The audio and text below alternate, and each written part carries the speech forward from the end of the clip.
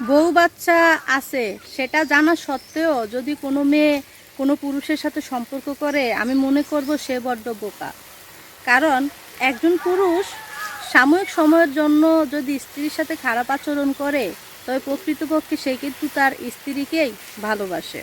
কারণ একজন বিবাহিত পুরুষ যখন সুন্দরী স্মার্ট একটা মেয়ের প্রেমে পড়ে, তখন তার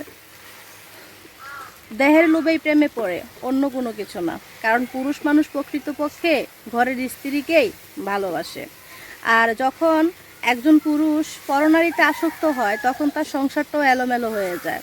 আর সেই পুরুষ যখন বুঝতে পারে যে সে ভুল করতেছে, তখন কিন্তু পরনারীর সাথে সম্পর্কটা নষ্ট করে দেয়। আর পরনারী তাকে সব কিছু দিয়ে পরে আফসোস করে, হায় হায়, এটা আমি কি করলাম, মানুষটা আমাকে এভাবে ঠকিয়ে দিল। কারণ একজন পুরুষ প্রেমিকাকে বলবে, চলো আজ রেস্টুরেন্টে যাই, আজ পার্কে যাই, আজ সিনেমা হলে যাই, আজ এখানে যাই, আজ ওইখানে যাই। কিন্তু ঘরের স্ত্রীকে কখনো বলবে না যে চলো আজকে এদিকে যাই বা ওই দিকে যাই। হয়তো ভালোবাসার টানে বলবে, তবে খুবই কম। কারণ পুরুষ মানুষ যথেষ্ট চেষ্টা করে নিজের জিনিসটাকে নিজে আনামত রাখার জন্য, কিন্তু আনামত কখনো হেনামত করতে চায় না।